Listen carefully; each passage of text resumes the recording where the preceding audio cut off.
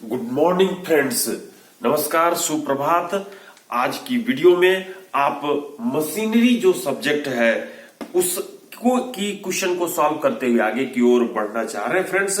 साथ में जो पिछले वीडियो में आपने 60 नंबर तक का क्वेश्चन का अनरिस्ट्रिक्टेड जो एग्जाम होती है डीजीएमएस की या फिर गेट की, उसमें आपने ये जो है क्वेश्चन को स्टडी किया है। तो चलिए मशीनरी की सब्जेक्ट को आगे बढ़ाते हुए आज मैं की वर्ड के रूप में आपके सामने लेके आया हूं। वो क्या है? चेकिंग ऑफ ब्रेक, चेकिंग या test of dumper break.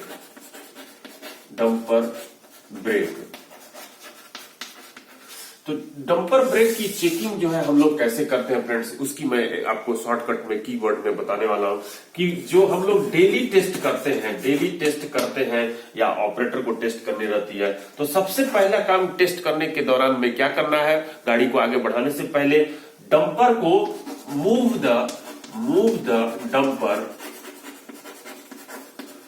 On dry level surface, यानी कि डंपर को सबसे पहले आप लेके जाइए कहां पर? सरफेस, सूखा समतल जमीन पर आप लेके चले गए। फिर दूसरे क्रम में आप जो है इंजन को स्टार्ट कीजिए, इंजन स्टार्ट आपने कर लिया। तीसरे क्रम में आप जो है इंजन स्टार्ट करने के बाद प्रेशर बनाइए, pressure build up to the cut off point तक आपको प्रेशर बनानी है। तो ये प्रेशर बना लिया। चौथे क्रम में आपको अप्लाई करना है। क्या करना है? अप्लाई ब्रेक करनी है। ब्रेक को आपने अप्लाई कर लिया। और पांचवें पॉइंट में फिर एसिलरेट द इंजन।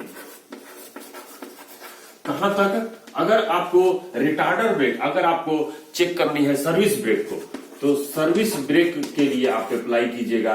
तो सर्विस ब्रेक के लिए आप 1400 आरपीएम से अधिक नहीं जाने देंगे, 40 आरपीएम तक करेंगे, एक्सीलेटर को जैसे ही आप दबाते हैं पैर से, तो वो इंजन का जो कांटा है, आरपीएम का जो कांटा है, वो भागने लगता है। तो उसको 1400 आरपीएम तक आपको लेके जाना है। उसी तरह से जो आपकी ब्रेक रहती है रिटार्डर ब्रेक जहां तक होगी, मेरे को लग रहा है आपको दिखाई दे रही होगी। तो यस फ्रेंड, रिटार्डर ब्रेक दिखाई दे रही है। तो रिटार्डर ब्रेक को आप जो है 1300 आरपीएम तक लेके जाते हैं। ये आपसे प्रश्न पूछा जा सकता है। और जो तीसरी होती है वो कौन सी ब्रेक होती है? पार्किंग ब्रेक को आप 1200 आरपीएम तक लेके जाते हैं। और अगर यहां तक लेके जाते हैं और उसमें मूव नहीं करती है आपकी जो वाहन है, डंपर मूव नहीं करना चाहिए, तो इसका मतलब है कि आपकी ब्रेक सही है। तो इसकी टेस्ट हम लोग प्रतिदिन हर ऑपरेटर अपना ऑपरेशन चालू करने के पहले उनको करनी रहती है। उसी तरह से जो और स्टीयरिंग की चेक होती है, नेक्स्ट वीडियो में मैं स्टीयरिंग की कैसे जांच होती है उसको बताऊंगा, जिसको करने के लिए ही पहला 3 प्रोसेस सेम जैसा है, यानी कि move the dry level surface, engine start, pressure बनाना है बिल्डअप कटअप पॉइंट तक। उसके बाद जो है इंजन को जो है ब्रेक को न्यूट्रल कर लेना है, सभी ब्रेक को। और जो पांचवें क्रम में होती है वो चौथे क्रम में जो होती है, स्टीयरिंग को एक साइड पूरा घुमा लेना रहता है, जितना घूम जाए घुमा लेना रहता है। और उसके बाद जो है फिर हम लोग को इंजन को एक्सीलरेट करना रहता है, यानी कि एक्सीलरेटर पर पैर दे करके उसको रेस करना रहता है। और अगर रेस कर रहे हैं और 1000 आरपीएम तक लेके गए और वो अगर मूव नहीं कर रही, क्या स्टीयरिंग अगर नहीं घूमी या चक्का नहीं घूमा, तो इसका मतलब है स्टीयरिंग ठीक है। तो ठीक है फ्रेंड्स, और अपन लोग आगे देखेंगे। यहाँ पर क्वेश्चन नंबर 61 क्या कहता है, पढ़ते हैं, जो आपके सामने आई हुई है प्रश्न। अच्छे से विजन दिख रही होगी, मेरे कर्सर के साथ मूव करने का प्रयास कीजिए। क्या कहता है, सेकंड क्लास अनरिस्ट्रिक्टेड मशीनरी 2021 का 61 नंबर का प्रश्न है। क्या कहता है, breaking load certificate for winding rope required as per the CMR 2017 regulation number. Friends, regulation number भी आपको याद करनी है, एग्जामिनेशन में पास होना है। तो जैसे आप 307 कहते हैं तो भारत के प्रत्येक लोग आप उस के बारे में जान जाते हैं, ठीक उसी तरह से माइनिंग के कैंडिडेट जो आप रेगुलेशन पढ़ते हैं, उस रेगुलेशन का नंबर याद करते ही 85 85 जैसे ही कहते हैं तो वाइंडिंग रोप आपके दिमाग में दौड़ जानी चाहिए। तो ऐसा आपकी तैयारी होगी, तब आप एग्जामिनेशन में निकाल पाइएगा। तो यहां पर breaking load certificate for winding rope required, यानी कि जो वाइंडिंग रोप की जो लाइफ होती है 3.5 साल की होती है, उसका जो आप टेस्ट कराते हैं प्रत्येक 6 महीना में, और उस टेस्ट का जो सर्टिफिकेट होता है या फिर जो आपको रेगुलेशन नंबर किस में दी गई है, यहां पर बात की गई है 1 में, 2 में, 3 में, 4 में, 5 में। तो यहां देखिए 3 में जो है आपकी जो सब रेगुलेशन 3 जो है इसकी कट पेस्ट करके रखा हूं कि for every rope in use, जो आप यूज करते हो रोप, इंटेंडेड फॉर यूज या जो चाहते हो कि यूज करना, the certificate showing in its breaking load, तो उसका जो ब्रेकिंग लोड है उसको शो करता हुआ सर्टिफिकेट आपको दिखानी है। ब्रेकिंग लोड यानी कि किस ताकत पर कोई भी सामान टूट जाती है वही उसकी कहलाती है ब्रेकिंग लोड। तो वो रोप किस ताकत पर टूट रही है वैसा वो ताकत दिखा हुआ और सर्टिफिकेट जो है, या उस पर जो लोड आप दिखा रहे हैं, कितना लोड आप डालेंगे, जैसे 100 टन पर वो टूट जा रही है तो आप कितना लोड उस पर मैक्सिमम देंगे, यानी 50 टन आप देने, 100 टन पर टूट रही है, आप 50 टन उसको लोड दिखा रहे हैं कि इस पर मैं मैक्सिमम 50 टन लोड दिखाऊंगा। तो यहां पर लोड दिखाता हुआ क्वालिटी उसको दिखाना होगा कि उसकी स्ट्रेंथ कितनी है, बीरिंग कैपेसिटी कितनी है, क्या कोरोजन के प्रति रेजिस्टेंस है कि नहीं है, तो कंस्ट्रक्शन दिखानी है, डायमीटर दिखानी है, ये सभी चीजें जो है जो सप्लायर प्रोवाइड करती है वो दिखानी है। And history of its use, उसका यूज के बारे में हिस्ट्री बतानी है, including record of diameter of drum, drum जो जिस पर ये घूमना है रस्से को, उसका डायमीटर भी बताना है, जिसका आप कहते हो कि वाइंडिंग रोप के लिए 100 टाइम से कम नहीं होनी चाहिए ड्रम का डायमीटर, रोप के डायमीटर से। सीव का भी जो है 100 टाइम से कम नहीं चाहिए। पुली उसी को बोलते हैं जो हेड गियर पुली भी के नाम से भी जानी जाती है। Used in A conjunction with the rope shall be kept in A bound for the purpose, तो उसको रिकॉर्ड करके रखा जाता है। All entries made in the book clause A signed by the engineer or the other competent person shall be countersigned by the manager।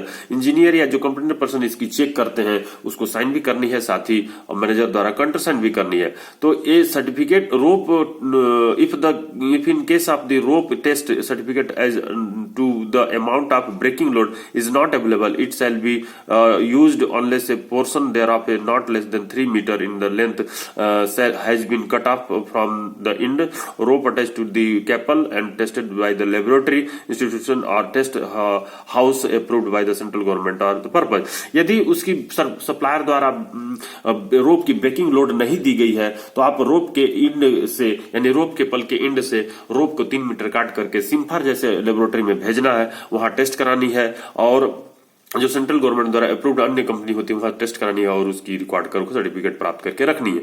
तो यहां पर आप 85 का 3 नंबर आप याद रखिए, जो रोप के टेस्टिंग से सर्टिफिकेट, ब्रेकिंग लोड के टेस्टिंग के सर्टिफिकेट के बारे में कहा हुआ है। यहां पर आपके सामने क्वेश्चन नंबर 62 दिखाई दे रही है। क्या कह रहा है, the frequency of electromotive force EMF का फुल फॉर्म याद रखिए फ्रेंड्स, आपको पढ़नी है, एग्जामिनेशन की तैयारी अच्छी से करनी है। EMF जो होती है वोल्ट में यूनिट होता है, जो इलेक्ट्रोमोटिव फोर्स कहलाती है। The frequency of electromotive force generated by the alternator, alternator एक जनरेटर का ही दूसरा रूप है, तो वो उसके बारे में कह रहा है कि जनरेटर का, यानी अल्टरनेटर का जो EMF जनरेट करता है, वोल्टेज जो जनरेट करता है, वो डिपेंड करती है किसके किसके ऊपर, स्पीड N के ऊपर और नंबर ऑफ पोल्स, उसमें पोल्स कितने हैं उसके ऊपर। तो पोल्स को अगर P कहें और N को, स्पीड को N कहें, तो यहां पर PN/120 में कट पेस्ट करके रखा हूं, ये फॉर्मूला देती है जिसके आधार पर हम निकालते हैं क्या चीज, अल्टरनेटर का जनरेटेड EMF वोल्टेज PN/120। तो PN/120 को आप टिक लगा के आगे की ओर बढ़ सकते हैं फ्रेंड्स। यहां पर देखिए 63 नंबर में क्या कहता है, no haul road in an open cast mine shall have a gradient more than. बड़ा सिंपल प्रश्न, आपके रेगुलेशन से रिलेटेड डायरेक्ट प्रश्न पूछा हुआ है कि जो ग्रेडियंट होती है हॉल रोड की ओपन कास्ट माइन में वो 1/16 से अधिक नहीं होती है। साथ ही जो आपका रैंप होता है, जो आप एक बेंच से दूसरे बेंच के बीच में ले जाने के लिए क्राउलर माउंटेड मशीन के लिए बनाते हो, उसके लिए रिस्ट्रिक्शन कर दिया है कि क्राउलर माउंटेड मशीन ही उसके ऊपर रैंप के ऊपर चलेगी, उसकी ग्रेडियंट 1/10 से अधिक नहीं होगी। जबकि 1957 के रेगुलेशन में ये दिया हुआ था 1/14 से अधिक नहीं होगी। तो यहाँ पर फ्रेंड्स आपने 1/16 ऑप्शन ई को टिक लगा के आगे की ओर बढ़ते हैं फ्रेंड्स। 64 नंबर क्वेश्चन में क्या कहता है, देखिए, the retarder in the dumper help the dumper when moving on. तो रिटार्डर यहाँ पर ब्रेक की ही बात कर रहा है कि the retarder in A dumper help, जो डंपर में रिटार्डर ब्रेक की अभी टेस्टिंग के बारे में बताया मैं कि हेल्प क्या करता है उसमें डंपर को व्हेन मूविंग, जब वो मूविंग करता है तो लेवल रोड में वो मूविंग करते हैं, अप द ग्रेडियंट में, डाउन द ग्रेडियंट में, ऑल दी अबव। तो यहाँ डाउन द ग्रेडियंट में जब मूव करता है कौन, डंपर, बरसात के दिनों में जो ग्राउंड ग्रेडियंट वाली रोड होती है वो स्लिपरी हो जाती है पानी से गिरने के कारण से, या वाटर स्प्रेइंग के बाद भी जो है वो गिली हो जाती है। तो ब्रेक लगाने के बाद भी, सर्विस ब्रेक लगाने के बाद भी मूव नहीं कर पाती, स्लाइड करने लगती है, स्कीड करने लगती है। तो उसको स्कीड न करे इसके लिए हम लोग रिटार्डर ब्रेक का इस्तेमाल करते हैं, जिसके कारण से वो रुक जाती है और एक्सीडेंट होने से बच जाता है। तो ये down the gradient option C जो है राइट होगी। देखिए यहाँ पर जो मैं बोर्ड में समझाया हूं वही चीज फिर से मैं यहां पर लिख दिया हूं। Note, testing of retarder brake every day और done by the competent person, यानी कि जो ऑपरेटर्स होते हैं उनके द्वारा under the supervision of engineer और other competent person. Step first, move the drive level surface to start the engine. 3, make pressure up to the cut off point. 4 number, apply the brake, जिस brake का test कर रहे हैं उस break को apply करना होगा। अगर सर्विस ब्रेक का टेस्ट कर रहे हैं तो सर्विस ब्रेक अप्लाई कीजिए, रिटार्डर ब्रेक का कर रहे हैं तो रिटार्डर ब्रेक कीजिए, डंप ब्रेक का कर रहे हैं तो डंप ब्रेक का या पार्किंग ब्रेक का करिए। अब accelerate the engine up to the 1300, retarder brake के लिए 1300 पर ना है तो मशीन जो होगी वो मूव नहीं करेगी। तो आप जो है यहाँ पर down the gradient option C को टिक लगा के 65 नंबर क्वेश्चन के ऊपर आते हैं फ्रेंड्स। देखिए 65 नंबर का क्वेश्चन क्या कहता है, पढ़ते हैं फ्रेंड्स, ठीक है। Inspection of winding engine, winding engine का जो इंस्पेक्शन हम लोग करते हैं to ascertain the condition of its internal part, जो इसके अंदर की इंटरनल पार्ट की जो कंडीशन के बारे में जानकारी प्राप्त करने के लिए, तो उसको कब किया जाता है, एक बार कब किया जाता है, 3 महीने में एक बार किया जाता है, 6 महीने में एक बार किया जाता है, 9 महीने में एक बार किया जाता है, 12 महीने में एक बार किया जाता है, 1% एवरी ईयर किया जाता है। तो यहाँ पर जो कोल माइंस रेगुलेशन 2017 का रेगुलेशन नंबर 88 है, उसकी जो लास्ट पॉइंट है ईयरली टेस्टिंग में देखिएगा, condition of internal part of the winding engine, यानी कि वाइंडिंग इंजन का इंटरनल पार्ट की जांच प्रत्येक साल में एक बार की जाती है। यानी 12 मंथ डी नंबर को टिक लगा के आगे की ओर बढ़ सकते हैं फ्रेंड। लेकिन इस जो रेगुलेशन है इससे 1 प्रश्न से 2 प्रश्न आपकी आ ही सकती है, जो कि एग्जामिनेशन ऑफ वाइंडिंग इंजन के बारे में कहा जाता है। तो यहाँ पर daily inspection, weekly inspection, monthly inspection और ये तीनों इंस्पेक्शन बहुत ही इंपॉर्टेंट है।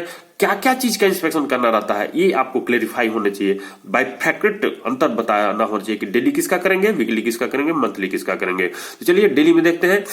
जो मैं सीक्वेंस यहां पर लगाया हूं उस सीक्वेंस के अनुसार आप याद रखिए कि ड्रम का और रोप का जो जोड़ होता है, जिसको अटैचमेंट कहते हैं, जिसको आप गांठ दे के बांधते हैं, तो ड्रम और रोप के बीच का अटैचमेंट जोड़ जाकर चेक करना है। पहला चीज चेक कर लिया आपने फ्रेंड्स, आप फोरमैन हो, इंजीनियर हो, अंडर मैनेजर हो, तो वो आप जाके चेक करते हो डेली, किसका, रोप और ड्रम का अटैचमेंट का। दूसरा, वहीं पर इंजन ऑपरेटर के बगल में ही डेप्थ इंडिकेटर होती है, डेप्थ इंडिकेटर को चेक करो, ठीक है। तीसरा नंबर में देखो जो सस्पेंशन गियर होती है, अभी सस्पेंशन गियर को मत चेक करो, अभी जो है आप देखो कि वाइंडिंग एपरेटस का जो एवरी एक्सटर्नल पार्ट है वही इंजन घर में आप उसको चेक कर लो, ठीक है। तो ये 3 चीज इंजन घर में चेक कर लिया और आप पहुंच जाओ पिट टॉप पर, यानी कि जहां से डोली में लोग बैठते हैं, वहां पर आप ये चीज करते हो सस्पेंशन गियर को। तीसरा नंबर में सस्पेंशन गियर क्या होता है फ्रेंड्स, रोप से केज के बीच में जो लगा हुआ वो उपकरण होता है, जैसे सेफ्टी डिवाइस, सेफ्टी हुक होती है जिसको डिटेचिंग हुक भी कहते हैं, रोप का केपल होता है, ट्रायंगुलर प्लेट होती है, केज चेन होती है, उसको आप चेक करो, जिसमें से डिटेचिंग प्लेट का जो सियर हुक होती है, सियर पिन होती है, उसको भी चेक करना पड़ता है। तो यहां पर हम लोगों को एक सस्पेंशन गियर का चेक करते हैं, केज का चेक करते हैं, डोली का चेक करते हैं कि उसमें गेट्स जो होते हैं सही तरीके से लगे हैं कि नहीं। गेट्स यानी कि जो फेंसिंग के रूप में आप इस्तेमाल करते हो या गेट जो केज के लिए इस्तेमाल करते हो उसको चेक करना। तो यहाँ पर आपने 5 चीज को चेक कर लिया, 6 चीज को चेक कर लिया। 6 चीज आपको डेली चेक करनी है। वाइंडिंग रोप का वाइंडिंग इंजन का ब्रेक भी आप चेक करते हो 7वां चीज में, तो 7 चीज डेली चेक करनी है। अब यहाँ पर वीकली में देखिए, वीकली में आपको चेक करनी है वाइंडिंग रोप, जिसको आप 1 मीटर पर सेकंड के अधिक स्पीड से नहीं पास करके करोगे, यानी 1 मीटर तक का ही स्पीड रख के वाइंडिंग रोप का बाहरी जांच करोगे। दूसरा नंबर में external part of winding engine, बाहरी पार्ट को चेक करना ही, जैसा कि डेली आप चेक करते हो तो वीकली भी सप्ताह में जिस दिन छुट्टी रहती है उस दिन चेक करते हो। द गाइड्स मतलब होता है फ्रेंड जो डोली को किनारे में कॉर्नर पर पकड़ने के लिए, एक सहारा देने के लिए जो लगी रहती है लोहे की रस्सी, उसी को गाइड्स कहते हैं। तो वो गाइड्स को भी चेक करनी है। सिग्नलिंग अरेंजमेंट जो शाफ्ट में लगी हुई है उसको भी चेक करते हैं। चलिए वीकली आपने चेक कर लिया, अब आते हैं मंथली पर फ्रेंड्स। मंथली में कहा जाता है कि वाइंडिंग रोप को चेक करनी है 0.5 मीटर पर सेकंड के स्पीड से, उससे अधिक स्पीड पर आप नहीं चलाओगे डोली को, और आपको रोप को अच्छे से अपने नजर को कंसंट्रेट करके चेक करनी है। क्या चीज चेक करनी है, उसमें क्या ध्यान देना है कि उसको जो है आप ग्रीस और डर्ट से साफ करोगे। जो उसमें ग्रीस लगे हुए हैं, धूल लगे हुए हैं, उसको साफ करोगे एट इंटरवल पर नॉट मोर देन 30 मीटर, यानी कि 30 मीटर के इंटरवल पर, उससे अधिक नहीं पर एक बार में आप साफ करोगे। Through out the length of rope, पूरे लेंथ में चेक करनी है। क्या चेक करनी है, रिडक्शन ऑफ रोप रोप की जो स्क्रू गेज या वर्नियर कैलिपर्स होती है उसकी सहायता से हम उसकी डायमीटर चेक करते हैं कि जो पहले थी उतना है कि नहीं, कि घट गई, ये चेक करते हैं। Shall be noted by the measurement द्वारा इसको नोट करना है। आल्सो डेवलपमेंट ऑफ क्रेक, एक भी देखनी है कि कोई क्रेक तो नहीं आया है, वियर और टियर तो नहीं आया है, कोरोजन तो नहीं हुआ है, कोरोजन यानी कि जंग लगना, ब्रिटलनेस तो नहीं हुई है, कोई उसमें और चोट घाट तो नहीं लगा है, फ्रैक्चर तो नहीं हुआ है, ये सभी चीजें नोटेड करना है। और आपने ईयरली तो जान ही लिया, प्रश्न में जो पूछी है कि 12 मंथ में एक बार करनी है। तो फ्रेंड्स आपने 65 को कर लिया। वाइंडिंग इंजन का एक्सप्रेशन 88 रेगुलेशन नंबर 2017 का। अब यहां पर एक प्रश्न बहुत ही नॉर्मल और कॉमन सेंस वाली प्रश्न है, आप जो बहुत जल्दी इसको टिक लगा सकते हैं और आगे की ओर बढ़ सकते हैं। For installation off switch gear का इंस्टॉलेशन जब आप करते हैं या पावर ट्रांसफार्मर का इंस्टॉलेशन करते हैं तो हम लोग किस टाइप का स्ट्रक्चर इस्तेमाल करते हैं, एल टाइप का, एच टाइप का, ए टाइप का, भी टाइप का। तो आप लोग जनरली देखते ही हो कि जो ट्रांसफार्मर होती है उसमें एच टाइप का हम लोग, ये जो वर्टिकल मेंबर होती है और इधर का वर्टिकल मेंबर होती है लेफ्ट राइट साइड के बीच में, और उसमें बीच में आप एक रॉड लगा के, प्लेट लगा के उसके ऊपर आप ट्रांसफार्मर को रखते हो। तो ये जो स्ट्रक्चर दिखाई देती है एच टाइप का स्ट्रक्चर दिखाई देती है। बी नंबर को टिक लगा के आगे बढ़ सकते हो फ्रेंड्स। अब देखिए यहां पर 67 क्वेश्चन क्या कहती है, the back pressure of A petrol engine जो होती है उसकी back pressure usually of the order of, वो किस ऑर्डर की होती है। देखिए इसके संबंध में कट पेस्ट करके रखा हूं। The back pressure is nothing but the resistance, ये बैक प्रेशर कुछ होती नहीं है, ये केवल रेजिस्टेंस होती है, यानी कि अवरोध जो उत्पन्न करती है, विरोध जो उत्पन्न करती है। किसके विरोध में, it is the resistance of flow of the exhaust gases, जो गैस एग्जॉस्ट होती है उसके फ्लो के विरोध उत्पन्न करने वाली जो रेजिस्टेंस होती है उसी को आफ्टर एग्जॉस्ट स्ट्रोक, जब इस एग्जॉस्ट स्ट्रोक के बाद जो एग्जॉस्ट गैसेस बाहर निकलती है, फ्लो होती है, that opposes the motion of burn gases, जो बर्न गैसेस होती है उसके मोशन को अपोज करती है टू एस्केप द एनवायरमेंट में एस्केप कराने के लिए, बाहर निकालने के लिए। तो यहां पर बैक प्रेशर जो होती है आपने जान लिया, जो कि ये जो होती है 1.2 ATA के बराबर होती है, 1.2 ATA के बराबर होती है। तो ये आप टिक लगा लिए होंगे, बी नंबर को एग्जॉस्ट बैक प्रेशर समझ गए होंगे। अब आते हैं नेक्स्ट प्रश्न में 68 नंबर का, the type of chain strands used in AFC। AFC का फुल फॉर्म आपको पहले पता होना चाहिए friend, armoured flexible conveyor. Armoured flexible conveyor क्या होती है, जो लॉन्ग वाल फेस के ऊपर ट्रांसपोर्टेशन की एक मशीनरी है, दूसरी चीज की ये प्लेटफॉर्म प्रदान करती है सीयरर को, इसी पर सीयरर बैठी रहती है और कोयला को कट करके मूव करते हुए कट करती है और कोयला कटा हुआ इसके ऊपर गिरती है। जो ये कोयला AFC जो कोयला है वो स्टेज लोडर में डालता है, जो गेट रोड में बैठी रहती है स्टेज लोडर, और ये स्टेज लोडर फिर बेल्ट कन्वेयर में डाल करके डिस्ट्रिक्ट से बाहर करती है। तो इस AFC के ऊपर जो चेन यूज होती है, चेन का जो स्ट्रैंड होता है वो किस टाइप का होता है, देखिए मैं कट पेस्ट करके रखा हूं, चेन का जो स्ट्रैंड होता है इसके संबंध में पहले पढ़ लीजिए। There are essentially 3 different configuration of the chain in the AFC. AFC में 3 प्रकार का कॉन्फ़िगरेशन चेन की रहती है। वो कौन कौन सी रहती है? ट्विन इन board chains, twin out board chains, एक इन बोर्ड चेन्स होती है, एक आउट बोर्ड चेन्स होती है, यानी अंदर में होती है, एक बाहर वाली होती है। सिंगल इन बोर्ड चेन्स, सिंगल इन बोर्ड चेन्स भी होती है। तो सिंगल सेंटर्ड चेन्स स्ट्रैंड ये भी होती है, डबल सेंटर्ड चेन स्ट्रैंड ये भी इस्तेमाल कर सकते हैं, double out board chain strands होती है, ट्रिपल चेन स्ट्रैंड्स होती है। तो यहां पर ऑल दी अबव आंसर ई को टिक लगा के आप एएफसी के लिए आगे बढ़ सकते हैं फ्रेंड्स। आते हैं 69 नंबर में, क्या कहता है? इन डायरेक्ट हॉलेज यूज्ड, जो डायरेक्ट रोप हॉलेज इस्तेमाल करते हैं अंडरग्राउंड में या सरफेस में, तो यहां पर अंडरग्राउंड की बात करते हैं। Used in underground at high peak power demand is when, कब हाई पीक पावर डिमांड की जरूरत पड़ती है? तो हाई पीक पावर की डिमांड जब शुरुआत करते हैं, आप हॉलेज को स्टार्ट करते हैं, तो जो set of tub, loaded set of tub होती है, उस समय उसकी हाई टॉर्क की जरूरत पड़ती है। सबसे ज्यादा पावर मोटर के ऊपर उस समय लोड पड़ता है और उसी समय जलने की संभावना रहती है मोटर की, जब ओवरलोडेड टाइप का होता है, तो जो आप वेंटिलेशन में पढ़ते हैं। तो यहां पर देखिए ऑप्शन ए कहता है कि कब जरूरत पड़ती है? Load start its journey up to the gradient, तो ग्रेडियंट में जब आप जर्नी स्टार्ट करते हैं। तो हाँ फ्रेंड्स, यही ऑप्शन आपकी राइट होगी। सी नंबर पढ़ के देख सकते हैं आप। Load is at the middle of the journey, load is at the end of the journey, तो all of the above, all none of these. तो यहां पर ए नंबर को आप टिक लगा के आगे की ओर बढ़ सकते हैं फ्रेंड्स। अब आते हैं नेक्स्ट प्रश्न में, जो कि 70 नंबर का प्रश्न है, आज की आखिरी प्रश्न है, फिर कल इसके आगे की वीडियो में अपलोड करूंगा। तो आते हैं 70 नंबर का प्रश्न। तो फ्रेंड्स, आपने मिश्रा सर माइनिंग क्लास की जो यूट्यूब चैनल है उसको सब्सक्राइब कर लिया होगा और दोस्तों के पास भी शेयर करके उनके पास कराने में आप मदद किए होंगे, और नए कैंडिडेट अगर होंगे तो बेल आइकन भी दबा लिए होंगे। चलिए फ्रेंड्स, 70 नंबर का प्रश्न पढ़ते हैं। क्या कहते हैं 70 नंबर का प्रश्न? पढ़े फ्रेंड्स, ठीक है।